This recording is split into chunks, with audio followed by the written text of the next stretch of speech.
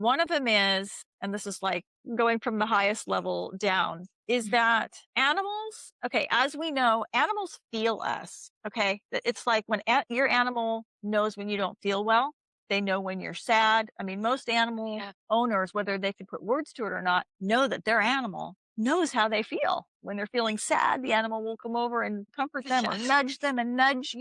So Yes, animals absolutely.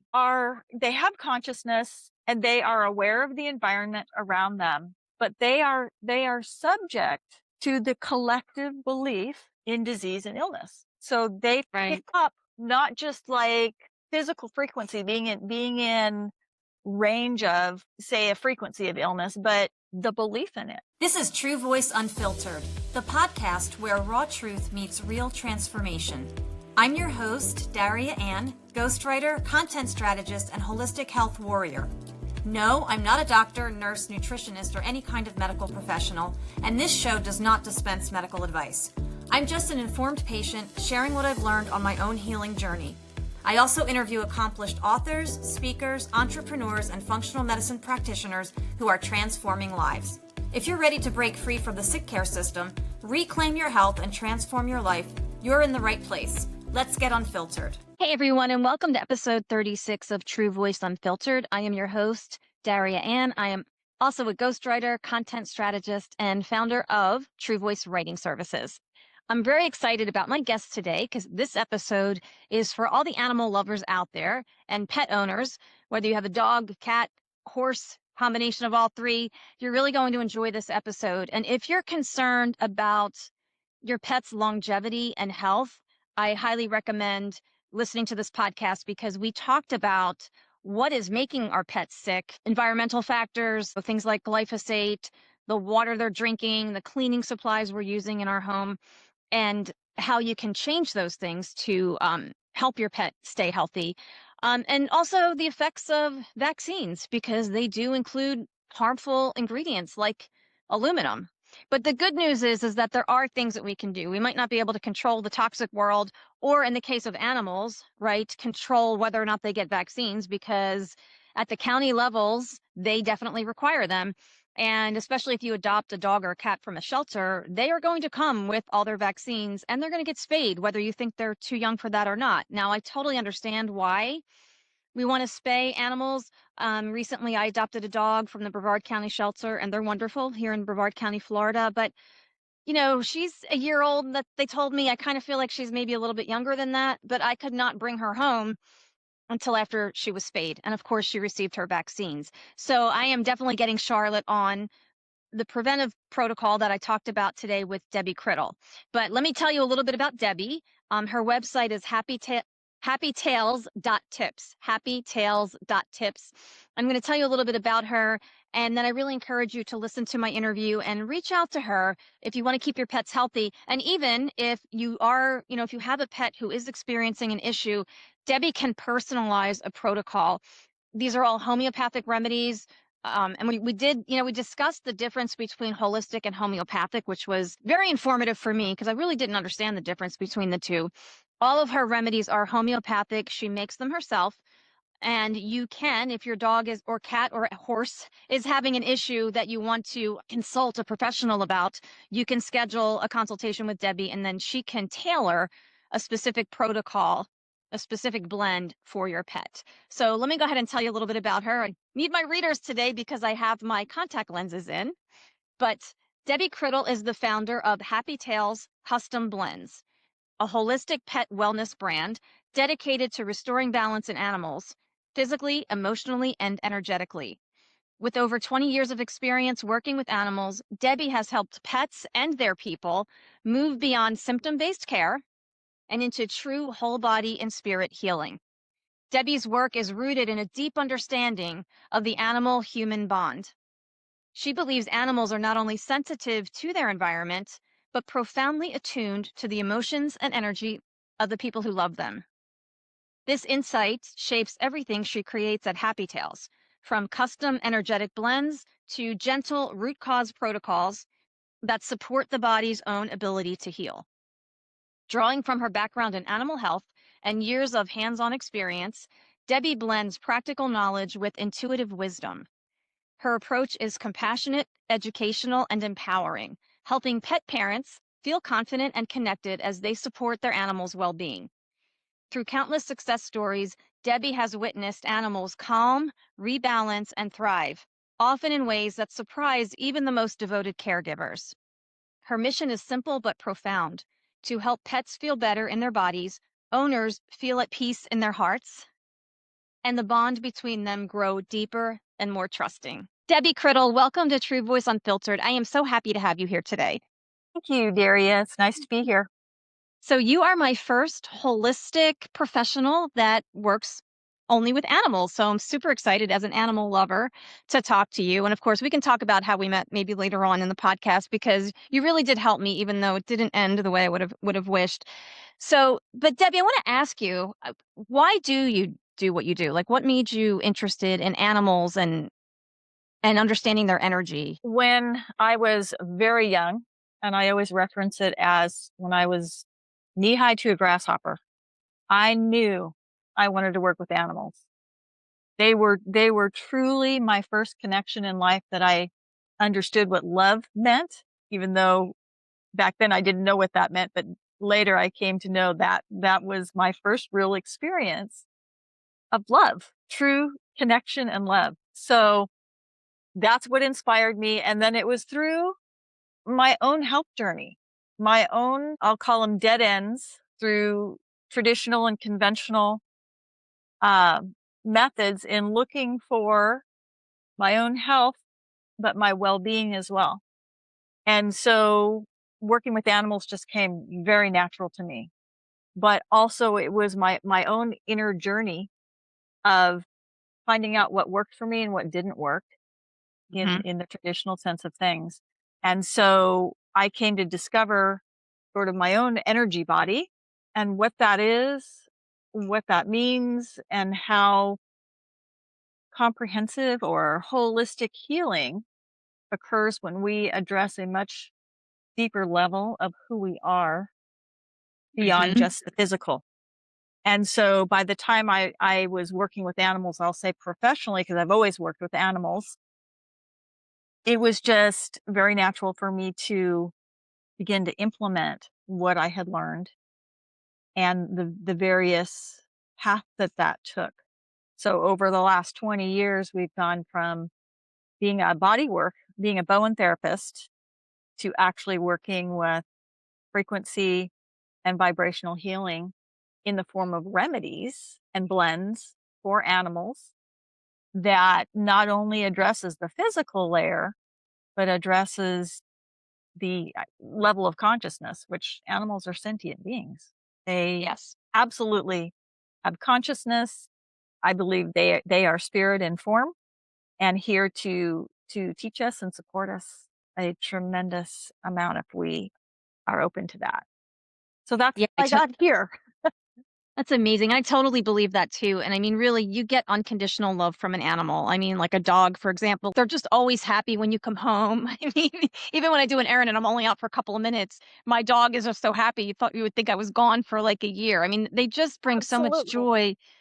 Yeah, they bring so much joy into your life. And, I wanted to get into this because, as you know, I mean, I recently went through having to help my dog Willow cross the Rainbow Bridge, and I was with her the whole time, and I really believe everybody should do that. Yes. But I went right back to the shelter, because Willow had come from the shelter system, and I adopted another dog, and I was told I couldn't take her home, and they told me she was only a year old, couldn't take her home until they spayed her, which I was like, God, it just seems, I want you to speak to this because I thought, is that kind of early, like to do that to a dog? I mean, I understand why they do it, but and of course she came with all of her shots, including the 3-year rabies shot. And I have no control over that. So maybe that's kind of like my long-winded way of getting into my next question, is that why are so many animals like struggling with illness? I mean, these dogs, they seem to live shorter and shorter lifespans than they did even when I was growing up. And there has to be a reason behind it. Yes. So my understanding is there's three reasons.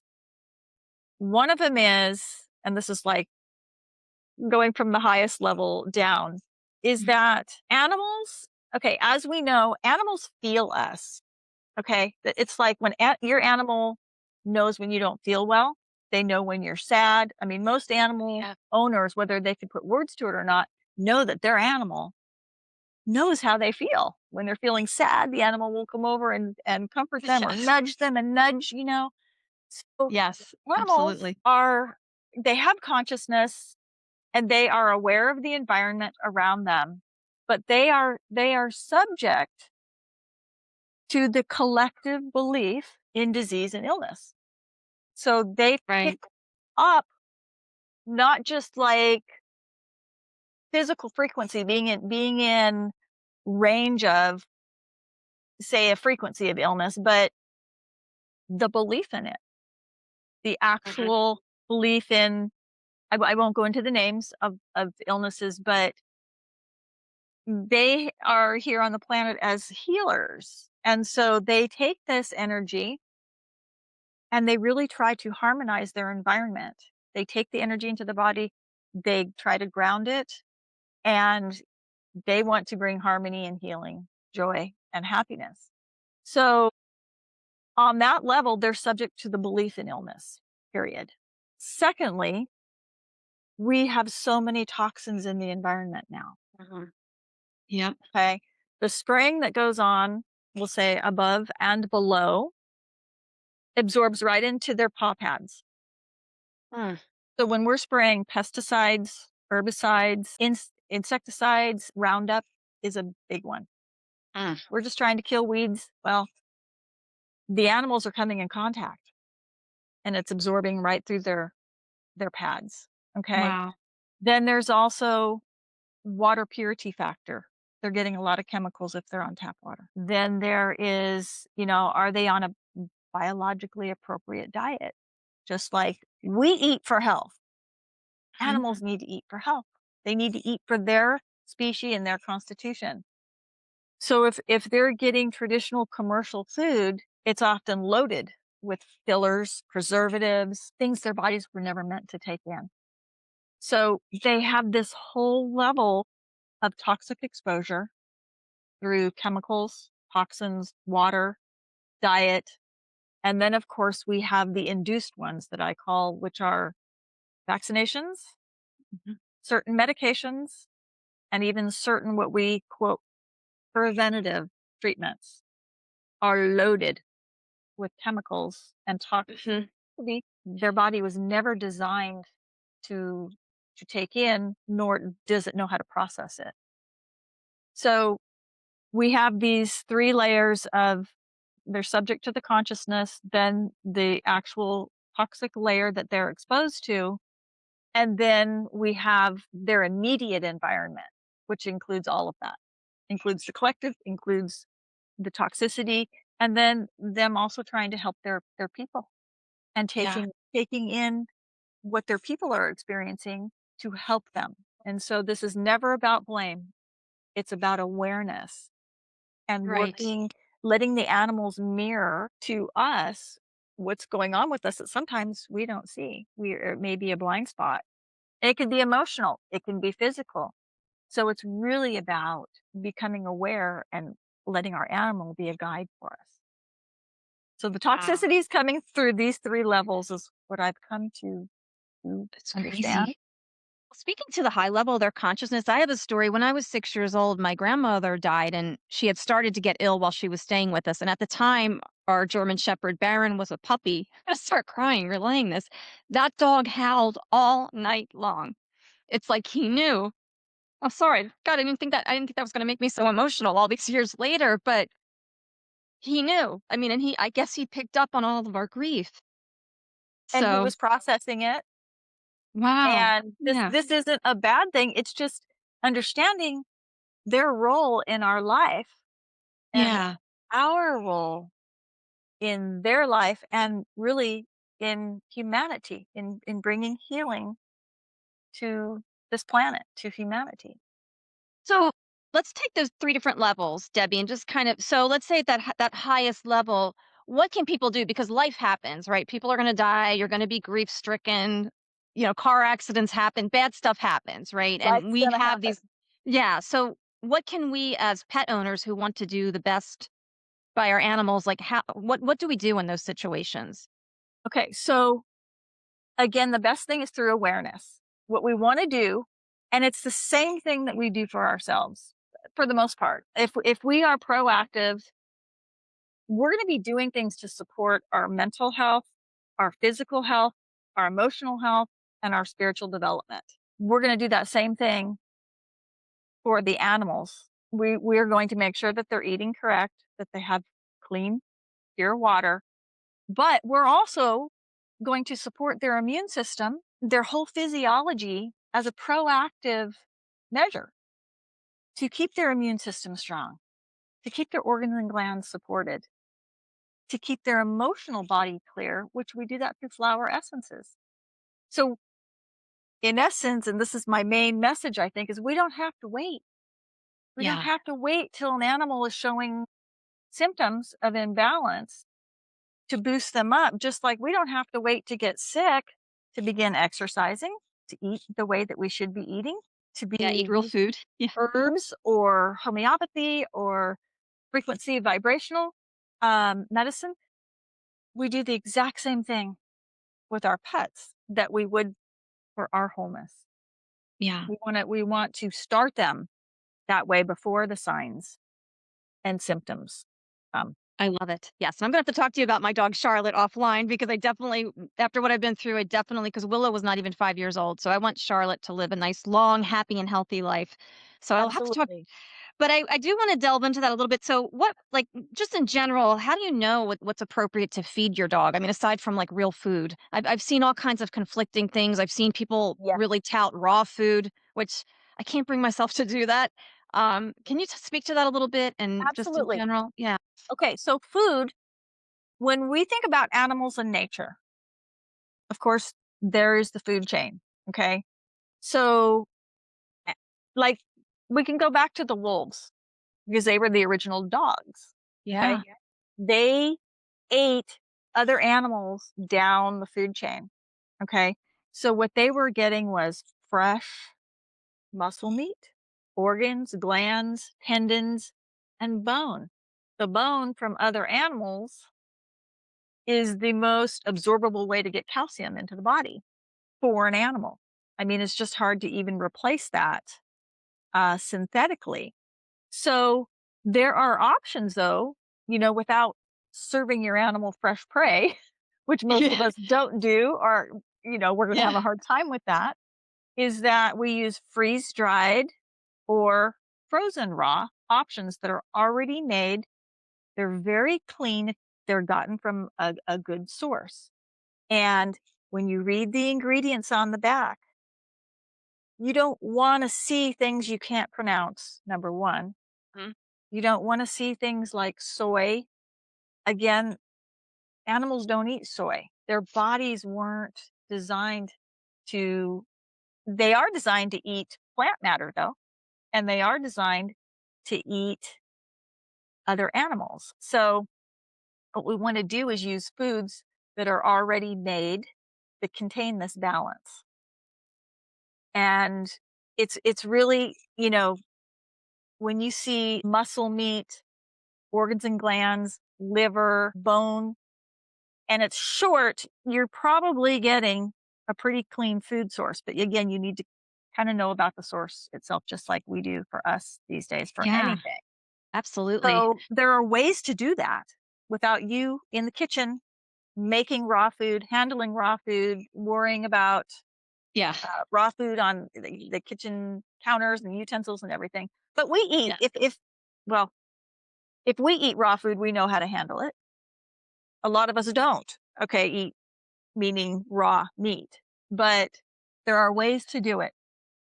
So there's already pre-made raw food, complete foods, or you can go the route of cooking food, making homemade food for your animal, and usually stews, and they work great. But you do need to make sure you add some extra nutrients because when the food is cooked, the enzymes are broken down and you're not getting the enzymes that you get in the raw, which is what is the key to Uh, thrive. okay. Enzymes. Understood.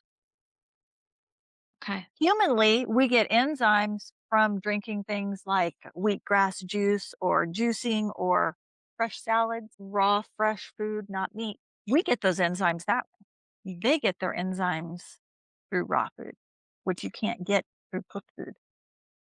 So I'm not saying raw is the only way, because cooked stew can also be very supportive, especially for an elderly animal or an animal that may have digestive issues. But you do need to make sure that you're adding, it needs to be complete. So sometimes you need to add some extra supplements to it to make sure that you're feeding balanced. So there are multiple ways to go. And typically the commercial kibbles are the worst. You don't Commercial kibble creates dehydration in cats, um, creates kidney disease, a lot of, and for the dogs, it does a whole other host of unnatural things because it's an unnatural food. You see, well, anything that can sit on a shelf indefinitely, whether it's human food or dog food. I mean, you see these huge bags of kibble, and I walk down that aisle and I wonder how long have these been sitting here? If it's going to be, if it can stay there indefinitely, it doesn't belong in any animal's body, really. Exactly. And it's the It's like, it's the equivalent to us going to the grocery store and picking out a package of Oreo cookies and a package of Ritz crackers, and yeah, there's it's carbohydrate. It's pure processed carbohydrates for the most part, yep, and they don't know what to do with it. The body doesn't yeah. know how to treat And it. I mean, is kibble carcinogenic? I mean, can it over time cause cancer? Because it's cooked at a very high heat, right? Is that why? Or There's a lot of things that happen with the oils go rancid. Mm. There's a lot of just improper diet can be carcinogenic because it it hinders the immune system, which is the system of the body that throws off anything that shouldn't be there. So diet supports a healthy immune system, eaten correctly. Right. Yeah. So, I mean, is it true that orange vegetables are good for dogs? I keep going back to dogs just because I have a dog. No, So, that's like fine. carrots, sweet potatoes, are they Yes. okay? Okay, Carrots, good. 'Cause that's what I've broccoli, been. almost anything that's fresh produce. Okay.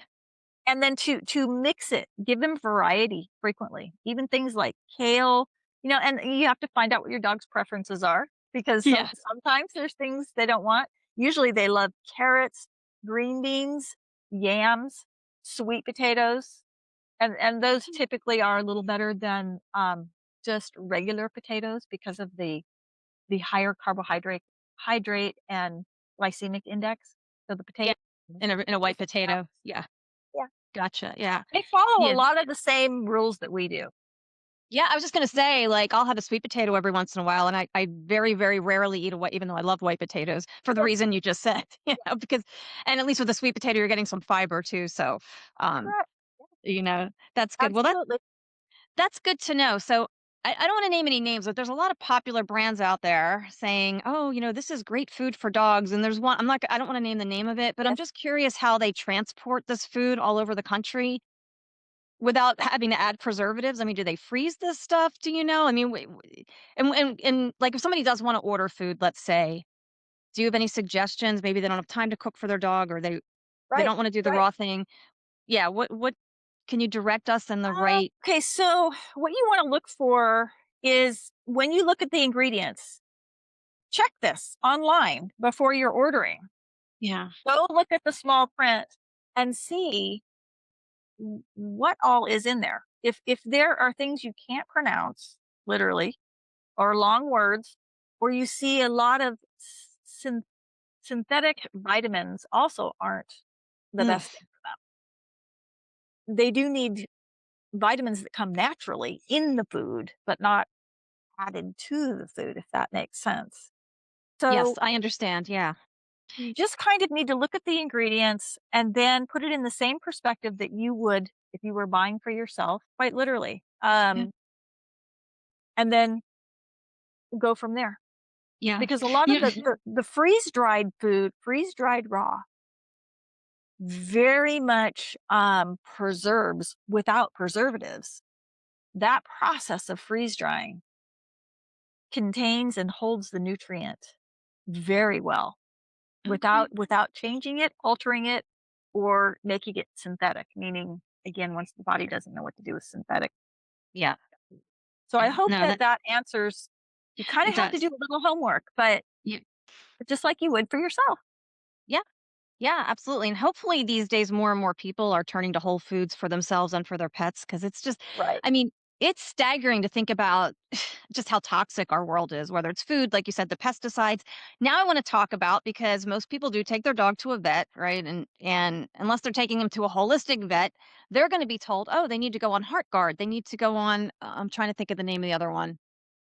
HeartGuard is one. I mean, I'm sorry that I'm naming a brand name, but just really any type of like Heartworm preventive. prevention. So let's talk a little bit about that. And it sounds like you don't advise that. Talk a little bit about that because some people are forced in. I don't want to say forced into it, but if you're going to a mainstream vet, this is what they're going to tell you to do. I know from my own Require it. experience. They're Yeah. going to require it. So Yeah.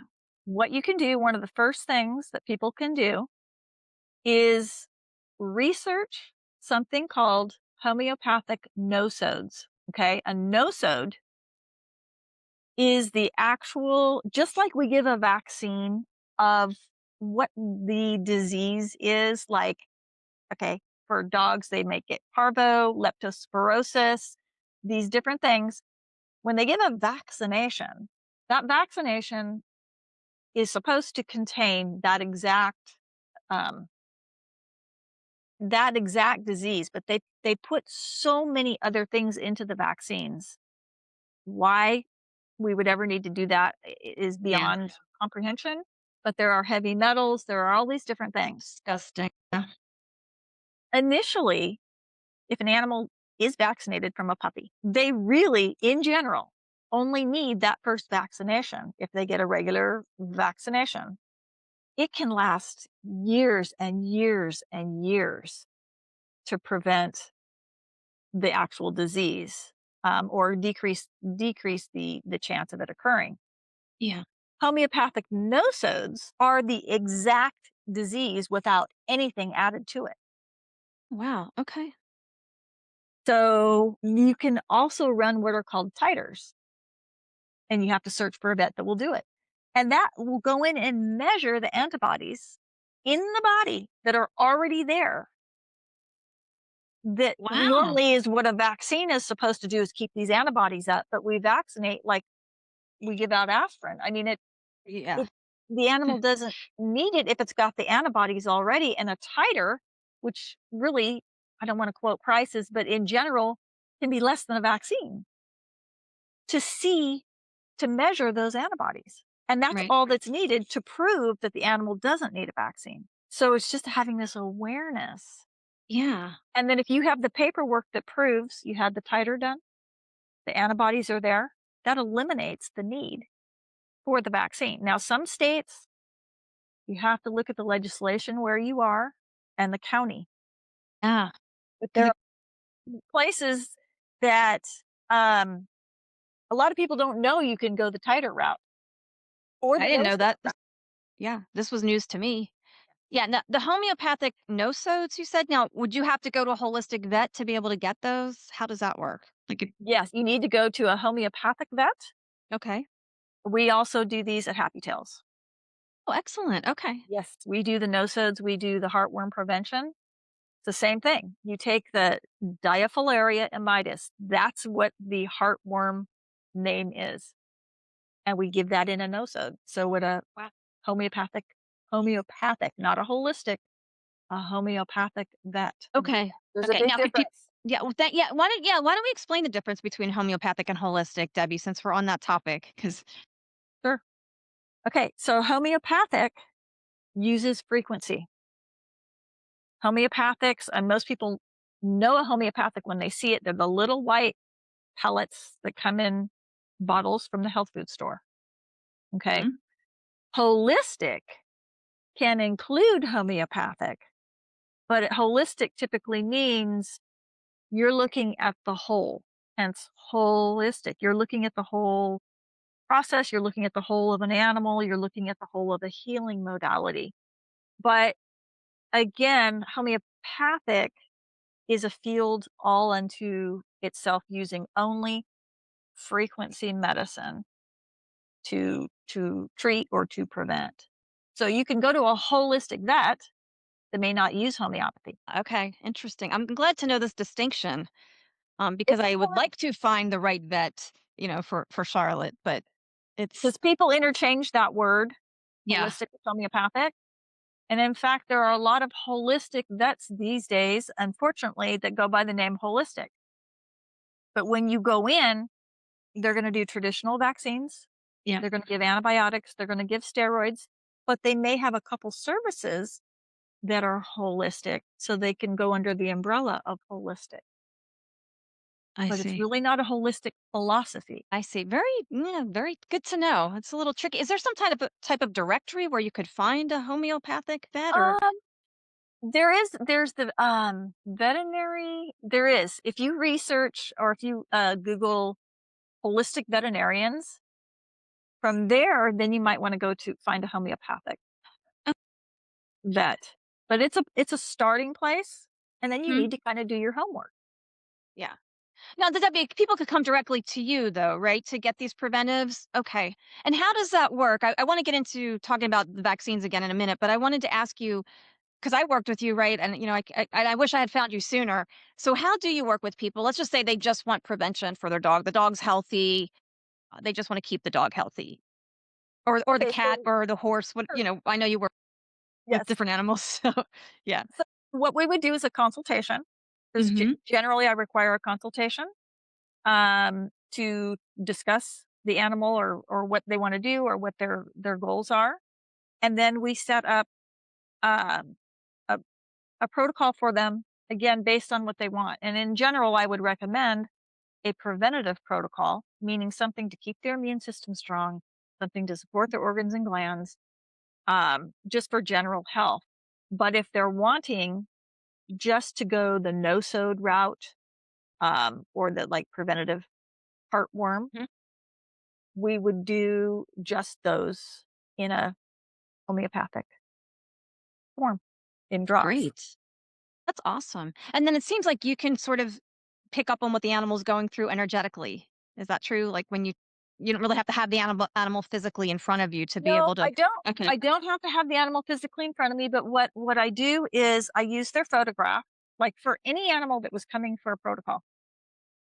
I tune into their photograph, but I also do the consultation because I want to hear the owner's words. I want to hear what they see. I want to hear what they're observing.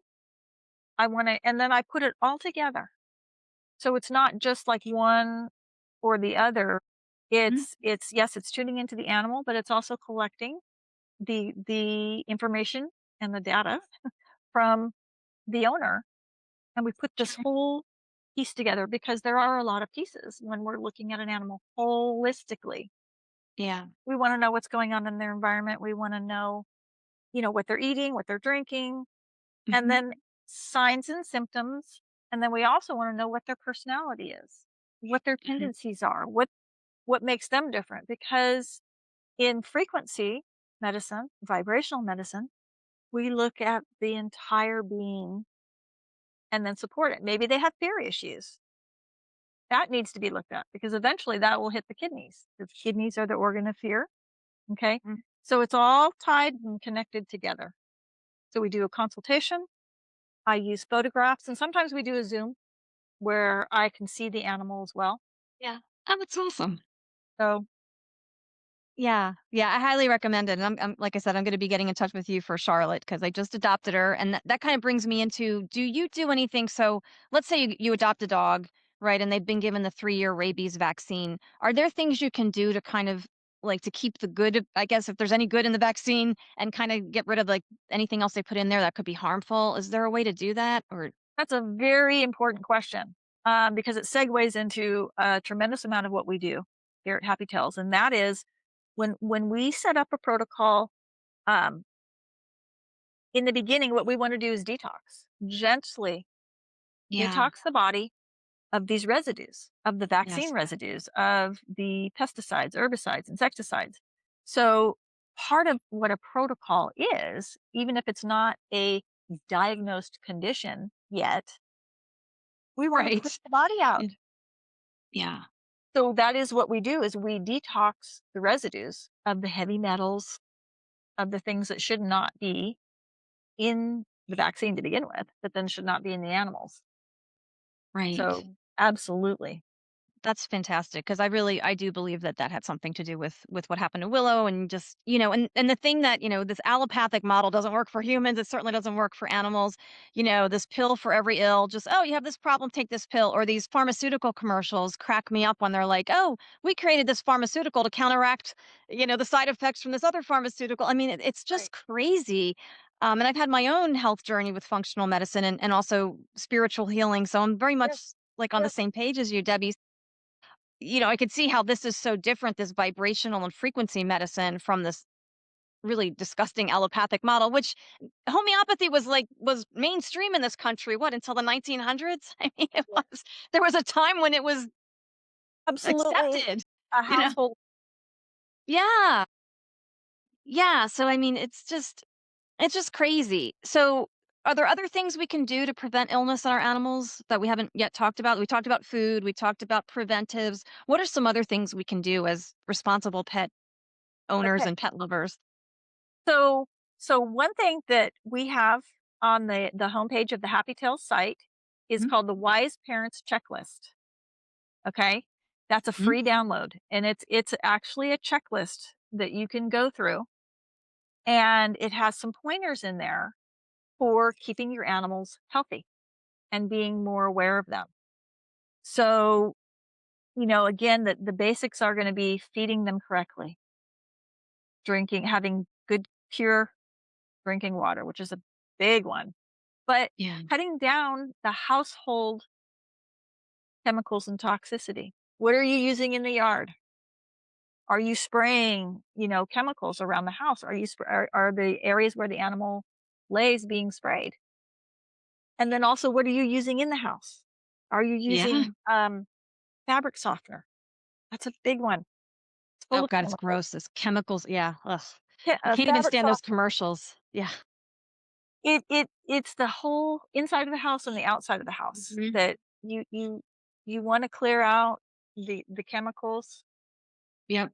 And a lot of alternative people are already aware of this, um, and they are already doing it. But it affects not only you but your animal. So it's keeping a chemical free environment Yeah. is a Well, big even one. now, it's huge. I mean, it's everywhere. I mean, I since like 2002, I've been on this clean, using clean products. But I think more people are becoming aware of it now. But like even the scented trash bags, like when I'm in the grocery store and I see those, I just like makes me want to pull my hair out.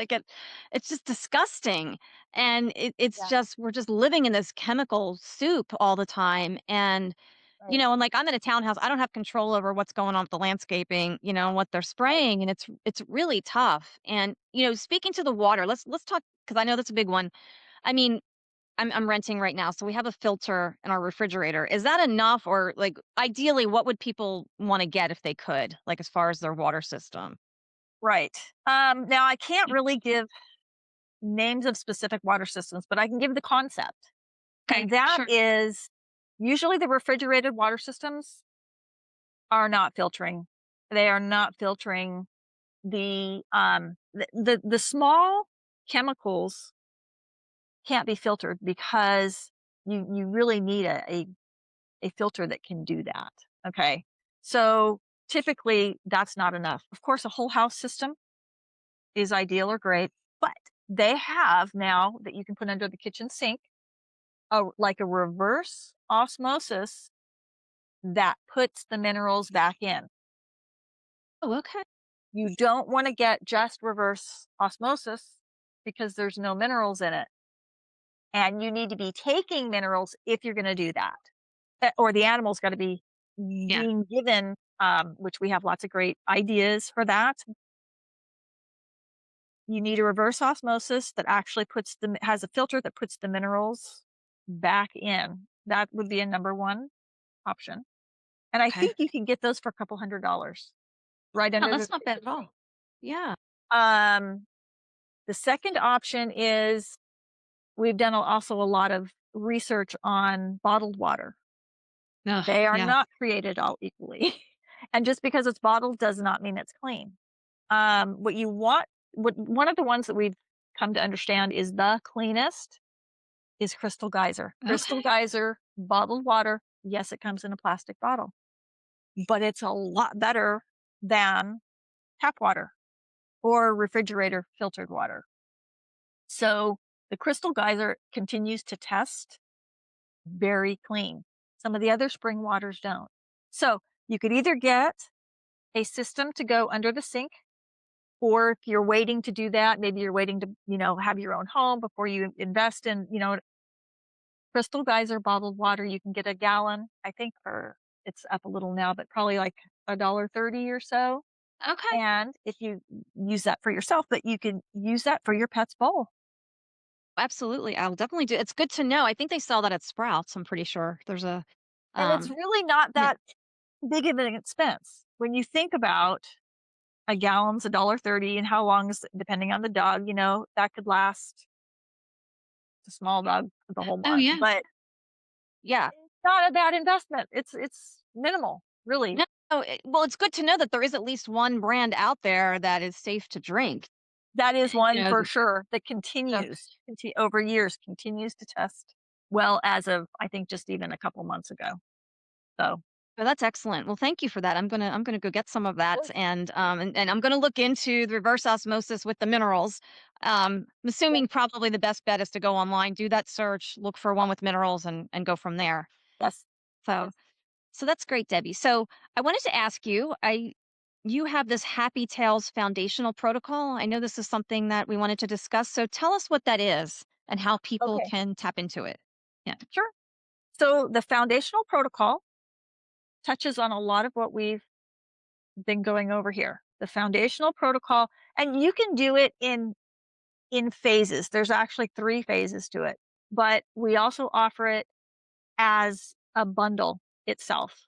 Um, so that goes through what's called the first phase is detox and purify. We're detoxing what shouldn't be in the body, and we're Mhm. purifying it. Okay. That's generally a month long. The second one is reset and restore. So what we're going to do in that one, this is just one piece of that. Like when we detox the body, one of the things we're going to do after that to restore it is reset the gut. So we do a gut microbiome reset, and we put those um what's supposed to be back in the flora and the fauna, the microbiome, we reset that homeopathically. And so that's one of the blends in the restore and reset. So it's exactly that. We detox and purify, and then we restore and reset for a month. And then the third month is thrive and maintain. The third month puts them on the maintenance protocol. And ideally, they'll just stay on the maintenance protocol unto eternity.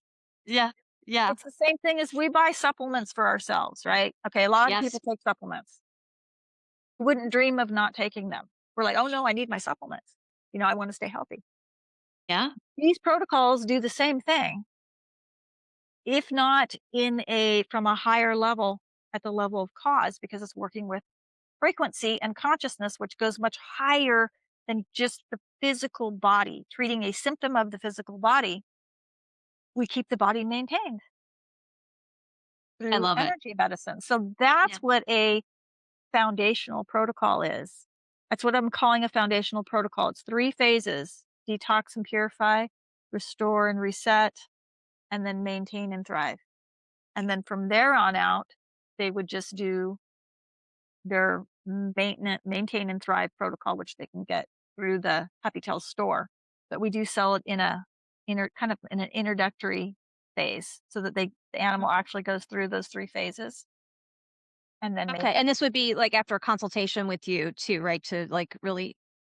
Okay, so there's 2 Yeah. ways. Now, Oh, if the okay. animal isn't Thanks. having a lot of symptoms, Hmm. okay, but you wanna keep them healthy, and maybe they're starting to slow down a little bit, maybe they're losing a little spark in their eye, or maybe they don't have the energy that they used to, or maybe they're not acting like a puppy, like they should be throughout their life.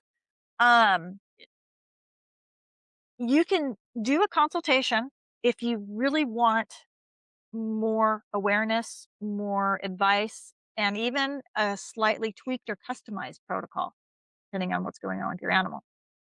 If you don't see any issues right now, you can just go purchase the foundational protocol and it will come with backup instructions. So Excellent. they can go to the store. I mean, the store is there's a lot to kind of go through, but we have it segmented to where you can go into the dog section, the cat section, the horse section.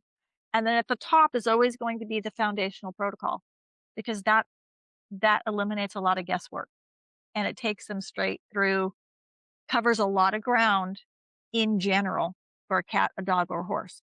If they have chronic issues, ideally you're probably going to want to do protocol. I mean, consultation Okay. because we will customize it more just for that animal. Yes, I know. And I know from my own experience, it was wonderful. Okay, that's great. And it's happytails.tips is your website. Tips. Yes. I love that. I know. I love that. I want to say too, Deb, you have fabulous blogs too. So I'm going to put all this information in the show description, but I love your blogs. I was reading through several of them today and they're just so informative. Yeah. They're Well, that's what we want to do is we want to educate and we want to create awareness, period. Because just like you've experienced today, Daria, I didn't know that. I didn't know. I didn't know I could get a titer. I didn't know don't have to do certain things. And again, it depends on your county right. laws, but there's a lot more that can be done than we know about, and that's why we want to bring the awareness. So the Absolutely. blogs are there to educate, and they're gonna keep coming. So we want to keep educating. Well, and it's reassuring too, because we don't have control over what the county does, right? If a county shelter mandates the dog has to have their vaccine or whatever it Right. is, at least it makes me feel good to know there are things we can do to mitigate the Absolutely. bad effects while keeping whatever good it might be doing for the animal. Because, and I never understood this, and I don't know, there's a saying, follow the money, find the truth. So that's probably the answer, but I never understood why a chihuahua that's 10 pounds would get the same dose as a bloodhound that's 100 pounds. Like, there just doesn't seem to be any logic to any of this when it Right. comes to, you know, Right. it's just crazy. So, it's really good to know that there are things we can do. We may not be able to control the local laws, but Absolutely. yeah. Well, it's like we can't control the spraying from above, so we need to give things to antidote it or Yes. mitigate it. But in frequency medicine, we call it antidoting, where we clear whatever that thing is, or if we're not sure what it is, we give a blend because a lot of the things we're exposed to, we don't even know what they are. So what we Yep. want to do is give blends that address opening up those detox channels and supporting the immune system to do what it innately knows how to do. Yeah. And that's another key point of the frequency blends are designed to trigger the innate intelligence of the body so it heals itself. We're just giving it some blueprints, some instruction for it to heal itself. Yeah. Oh, I got to chill. I love it. I really love it. Yeah. I mean, this is so needed, Debbie. And I'm so grateful that you took the time to join me today. Is there anything else you want to share that you think is important that maybe we didn't cover? I think we covered a lot of ground We did. today. Absolutely. Just know you don't have to wait till your animal's sick, and there's usually early signs of imbalance. I call it just imbalance, no matter whether it's physical, emotional, mental. We see animals with a lot of fears or aggression. Those are all pointing to something. So trust your intuition, trust your awareness, and treat your animal as you literally would yourself on your journey to wholeness. And I would encourage everyone to treat themselves well and eat whole foods and really like take care of Absolutely. you and take care of your animal, and you'll both live a longer, healthier life. 'Cause Absolutely. so, well, Debbie, thank you so much for joining me. And I want to put the website out there again. It's happytails.tips. I'm going to put everything in the show description. I'll also put a link to where they can download that free resource because that's Wonderful. wonderful. And I really just encourage everybody to go to your website, and really get into this prevention. I mean, if your dog's or cat, or, horse is healthy now, I mean, I'm a big believer in that, and I'm going to be getting Charlotte on that protocol that we talked about because I want her to live a long, healthy life. So. Wonderful. Well, thank you so much, Debbie, and Thank you, Daria. we will be in touch soon. Really appreciate it. Have a Thank great day. you. You too. Bye-bye. Hi, I'm Dr. Liz. I just want to tell you how amazing and easy it was to work with Daria on my book. You see, I've had a book for a while, been sitting on my desk, sitting on my computer. Maybe you might be able to relate to that. And I didn't know what to do, how to take it to the next step, how to make it polished and edited and easy and useful for my readers. Met with Daria. We had some great conversations. She learned my voice, my goal, my style, and she was able to edit and give me feedback on how to make my message clearer, more focused, polished, and it worked. I have a book. In fact, I have a book and a workbook that she's edited for me and guided me along the pathway. So if you're maybe a little bit like me, that you have a book or you have an idea and you haven't known where to take it, how to take it to the next stage, reach out to Daria. She's a game changer and she's really easy to work with and takes great pride in her work as well. So join me in the published author arena. Reach out to Daria. I'm Dr. Liz.